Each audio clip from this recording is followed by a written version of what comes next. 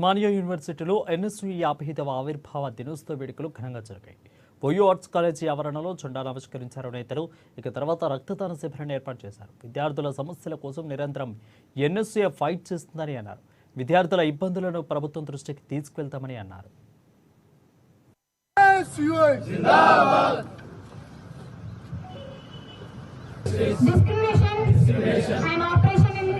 చివరకు liquor scam లో జైలుకు పోయిన కల్వకుంట్ల కవిత గారు నిన్న ఇందిరా పార్క్ దగ్గర వచ్చి ధర్నా చేసింది.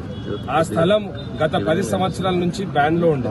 మా ముఖ్యమంత్రి గారు వచ్చిన తర్వాత అది ఓపెన్ చేస్తే ఈ రోజు అది వేదిక అయింది కల్వకుంట్ల కవిత గారికి అక్కడ ధర్నా చేయడానికి. ఇదే కూతువేడ దూరంలో బతుకమ్మ కుంట ఉండే, దీన్ని మా ప్రభుత్వం వచ్చిన తర్వాత మేము బతుకమ్మ కుంటలు చేసి దీంట్లో బతుకమ్మలు ఆడతా అని చెప్పి కవిత గారు ఆ రోజు చెప్పింది. ఆ నియోజకవర్గం ఇన్ఛార్జి నేను. ఆ 10 సంవత్సరాల బతుకమ్మ కుంట ల్యాండ్ ని వాళ్ళ నాయకుడు కబ్జా పెడితే కోట్ల కొట్లాడిన తర్వాత మా ముఖ్యమంత్రి గారి నాయకత్వంలో, పెద్దల హనుమంతరావు గారి నాయకత్వంలో మేము బతుకమ్మ కుంటని మళ్ళా పునరుద్ధరించుకుంటున్నాము.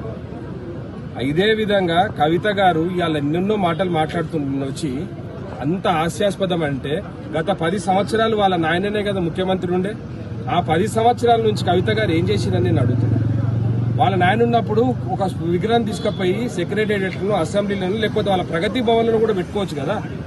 ఆ 10 సంవత్సరాలు పెట్టుకోలేదు. కానీ మా ముఖ్యమంత్రి గారు ప్రభుత్వం ఏర్పడ్డ 24 గంటల్లోనే వాళ్ళైతే ఏదైతే కోట కట్టుకున్నారో ఆ కోట బీట్లు అన్ని కంచెలు తొలగించి ఆ ప్రగతి భవన్ పేరు జ్యోతిరావు పులే ప్రజాభవన్ అని చెప్పి పేరు పెట్టిండు. కవిత గారు